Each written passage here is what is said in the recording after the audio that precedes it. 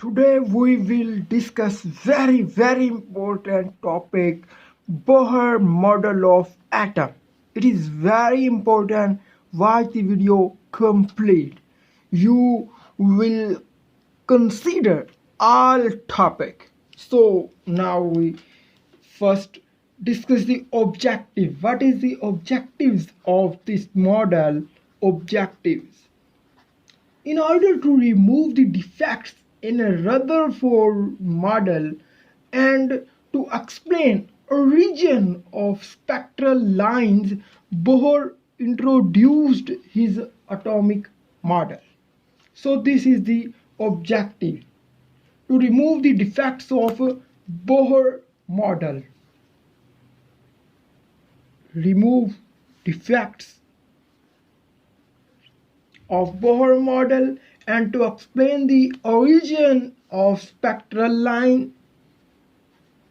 Origin of spectral lines. So these are the objectives. Remove the defects of Bohr model, origin of spectral lines. Bohr introduced his model. Two objectives of Bohr model are here. Base. What is the base of Bohr model? The model was based on Planck's quantum theory. It was based on Planck's quantum theory. The main postulates. Now we discuss the main postulates of Bohr model. Main postulates. Discuss one by one. First postulate is the electron revolves in one of the circular orbits outside the nucleus. Each orbit has a fixed energy and a quantum number is assigned to it. Number one postulate is electron revolves in one of circular orbit. Only one of circular orbit. One of the circular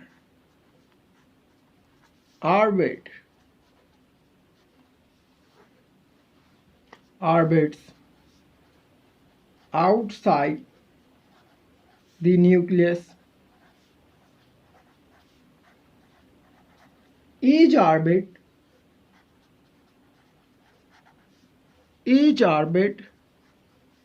has a fixed energy and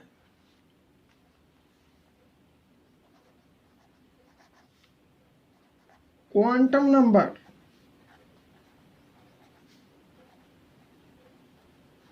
Is assigned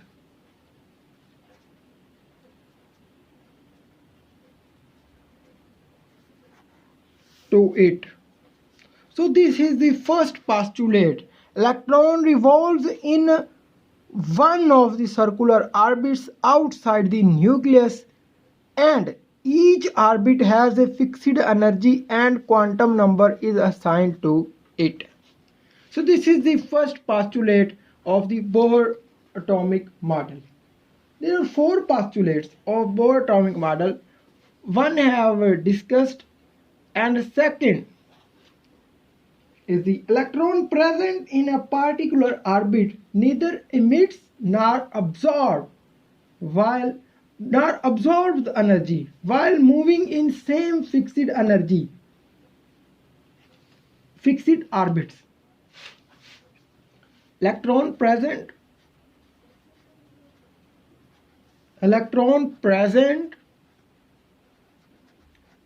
in a particular orbit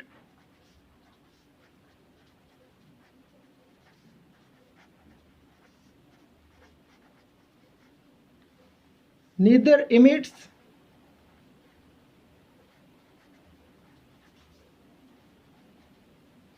nor absorbs energy.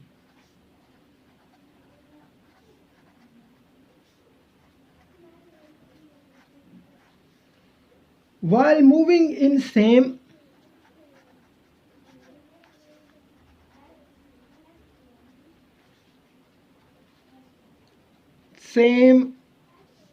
fixed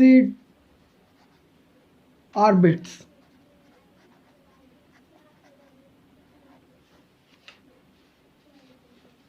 The energy is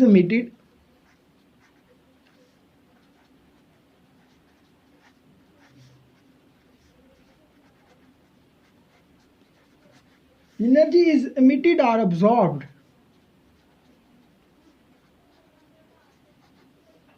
only when an electron jumps from one orbit to another orbit.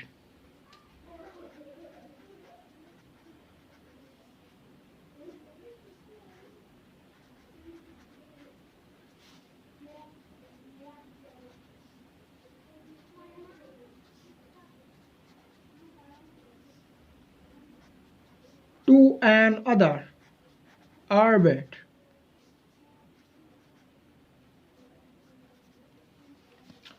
And now we discuss the third postulate of the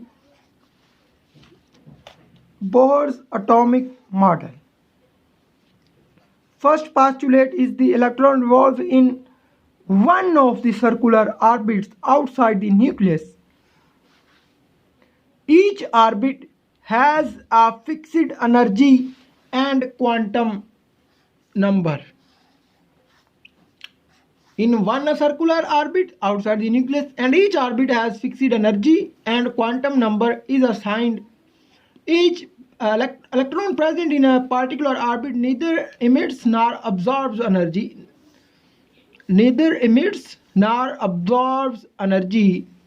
While moving in same fixed orbits. The energy is emitted or absorbed only when electron jumps from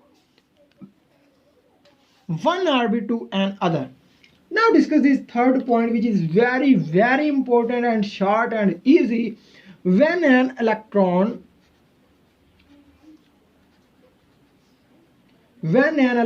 jumps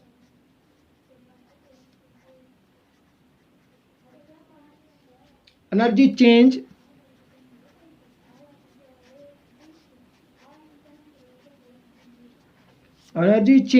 delta E is given by Planck's equation.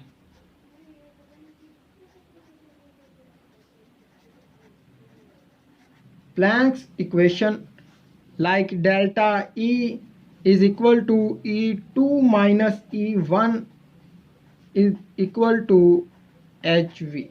So this is the third point. You can take screenshot of these third points or main postulates of Bohr's atomic model. Now we discuss the fourth point, which is much important. Electron can revolve only in those orbits having a fixed angular momentum mvr. Electron can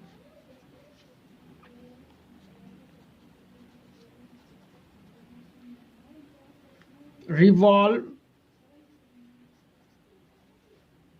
only in those orbits having a fixed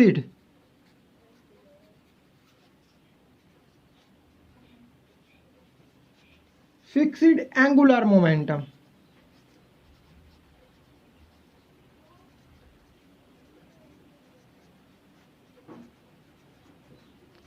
mvr. The angular momentum of orbit depends upon its quantum number, and it is an integral multiple of factor h over 2 pi. It is included in the third point. the angular momentum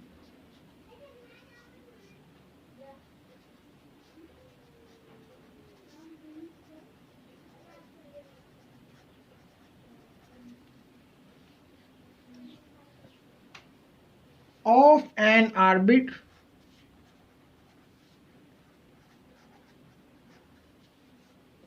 depends upon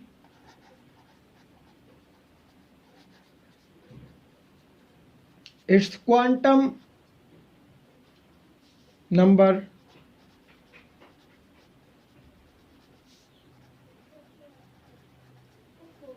and it is an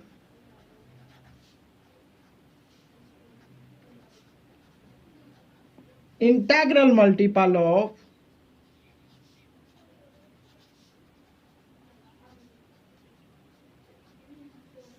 of the factor h over 2 pi mvr is equal to nh over 2 pi, where n is equal to 1, 2, 3 and so on. The permitted values of angular momentums are therefore h over 2 pi, 2h over 2 pi, 3h over 2 pi. The permitted values of angular momentum are h over 2 pi, 2h over 2 pi, 3h over 2 pi. The electron is bound to remain in one of those orbits and not in between them. So angular momentum is quantized. So you can again see these main postulates. What is the objective of Bohr model is to remove the defects of the first Rutherford model, and second is the region of spectral lines. It is based on Planck's quantum theory. Main postulates are here. Electron revolves in one of the circular orbits outside the nucleus. Each orbit has fixed energy and quantum number is assigned to it. Second postulate is electron present in a particular orbit neither emits nor absorbs energy while moving in same fixed orbits. The energy is emitted or absorbed only when an electron jumps from one orbit to another. When an electron jumps, energy change delta E is given by Planck's equation. Delta E is equal to E2 minus E1 is equal to HV. Electron can revolve only in those orbits having a fixed angular momentum mvr. Okay, this is the fourth point, and some more fourth point is here. The angular momentum of an orbit depends upon its quantum number, and it is an integral multiple of the factor h over 2 pi mvr is equal to nh over 2 pi, where n is equal to 1, 2, 3, and angular momentum values are h over 2 pi, 2h over 2 pi, 3h over 2 pi. So these are the main postulates and very, very important postulates of the Bohr atomic model. You can take the screenshot or note on your register to remember these postulates. Okay, now we discuss the derivation of radius of revolving electron in nth orbit.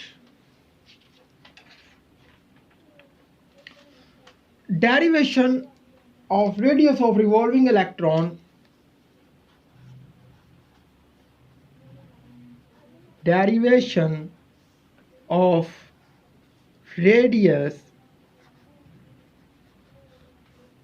of revolving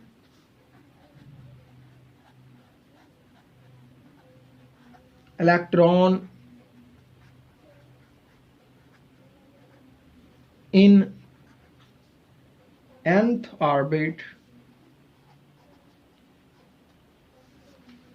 So now we derivation of radius. r of revolving an electron in an orbit. What is the thing is that, let's see, this is an orbit, right? And this is a nucleus which has positive charge Ze plus, and this is an electron which have negative charge represented by E minus. Okay, and electron have a radius or the displacement between electron and nucleus, and it is revolving here side having mass m. Centrifugal force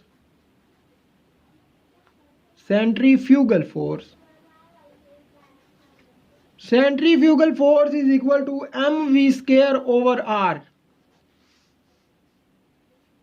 and force of attraction is also here, force of attraction, which is equal to Ze square over 4 pi epsilon naught r square. Epsilon naught r square.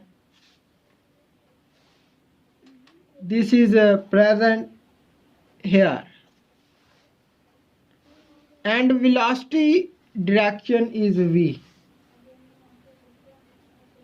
and here is centrifugal force.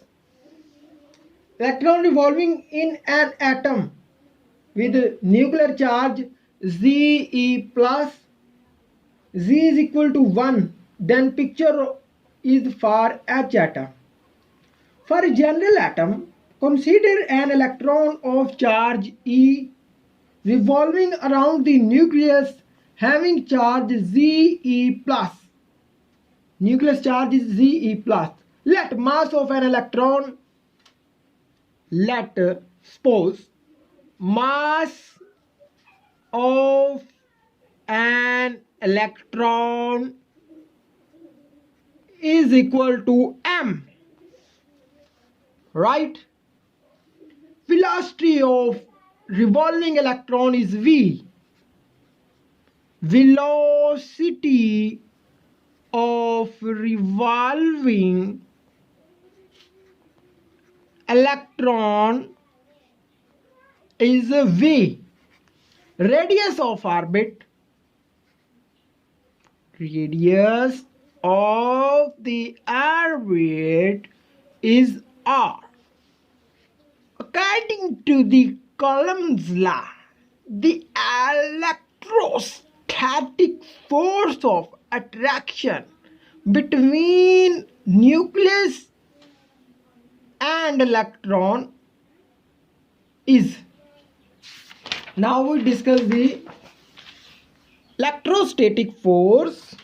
Electrostatic force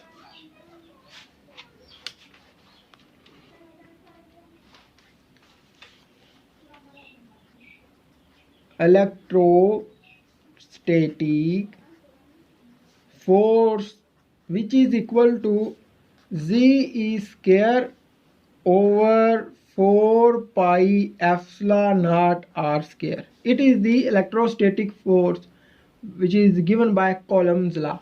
And electrostatic force Ze plus E minus over 4 pi epsilon naught r square is equal to Ze square over 4 pi epsilon naught r square, where epsilon naught is the permittivity of vacuum. This is the permittivity of vacuum.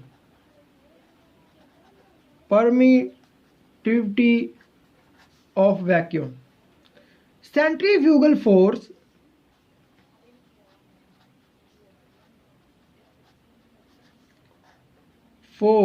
is equal to mv square over r. Therefore, for balanced conditions, we can write mv square over r is equal to ze square over 4 pi epsilon naught r square. So these are the balancing equation. mv square is equal to, this r is cancelled by this r1, ze square over 4 pi epsilon naught r, and r is here and mv square is here. So it becomes r is equal to ze square over 4 pi epsilon naught mv. By rearranging the above equation, r is given radius, which is the radius.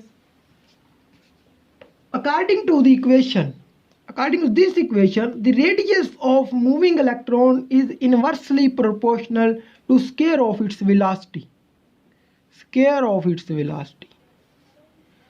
Radius of moving electron is inversely proportional to square of its velocity. It conveys the idea that electron should move faster nearer to nucleus in an orbit of smaller radius. It also tells that if a hydrogen atom has many possible orbits, then the promotion of electron to higher orbit makes it move with less velocity. The determination of velocity of an electron is possible while moving of an electron. In order to eliminate the factor of velocity from equation this, we use the fourth Bohr postulate. According to Bohr, angular momentum of velocity is mv r is equal to nh over 2 pi nh over 2 pi, and v, this is v is equal to nh over 2 pi mr. V is equal to nh over 2 pi, and v square is equal to, taking square of v is equal to n square h square over 4 pi square m square r square. Now putting the value of v square in this equation, then r become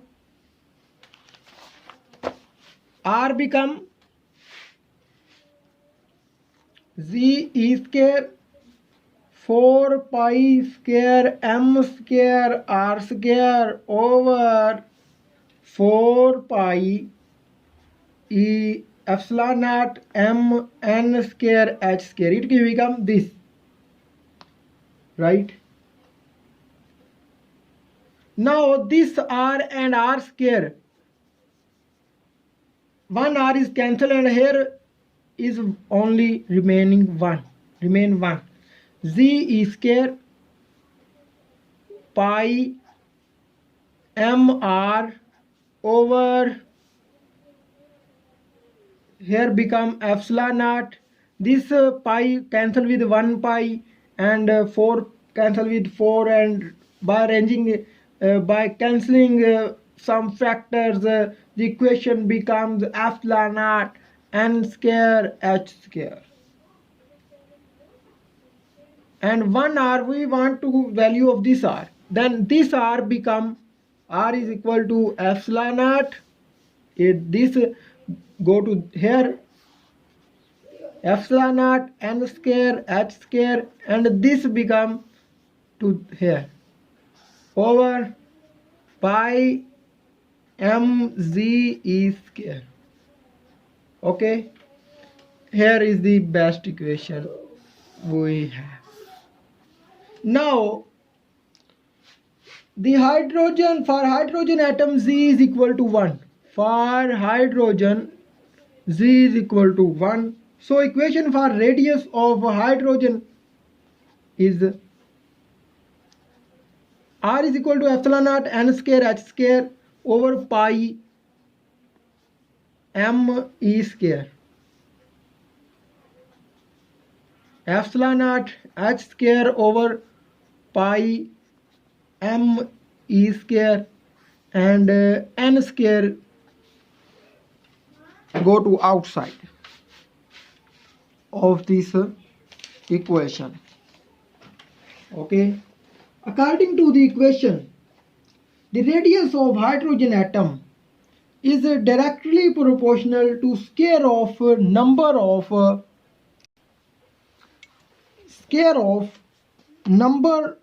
of orbit n. So higher orbit have more radii and vice versa. The collection of parameters, the collection of this parameter in equation is a common constant factor.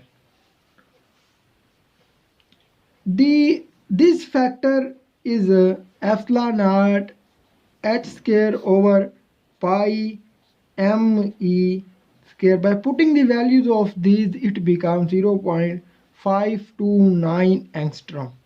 This is angstrom is equal to 0.529 multiplied with 10 to the power minus 10 meter. Putting the values of this in equation, it become r is equal to 0.529 angstrom multiply with n square. What is the conclusion? Now we discuss the conclusion. There are three conclusions. Putting the values of n as 1, 2, 3, 4 and so on, the radius of hydrogen atoms will become r1, like n is equal to 1, then r1 is equal to 0.529 angstrom. If we put n is equal to 2, then r2 become 2.11 angstrom. Similarly 4.75 angstrom and 8.4 angstrom, so on. The comparison of radii shows that the distance between radius of hydrogen atom goes on increasing as we move from first orbit to higher orbits. The orbits are not equally spaced. R2 minus R1 is less than R3 minus R2 and is less than R4 minus R3. Now third conclusion is that second orbit is 4 times away from nucleus than first orbit. Third orbit is 9 times away, and similarly fourth orbit is 16 times away from the nucleus. So this is our Bohr's atomic model, and we find the radius. You can again watch this video again and again, go to previous, and if you not subscribe our channel, please subscribe and press the bell icon, never miss any update. If you need tutor online, you can call us on the given numbers and watch our previous videos for more information. Okay, thank you very much. Bye bye.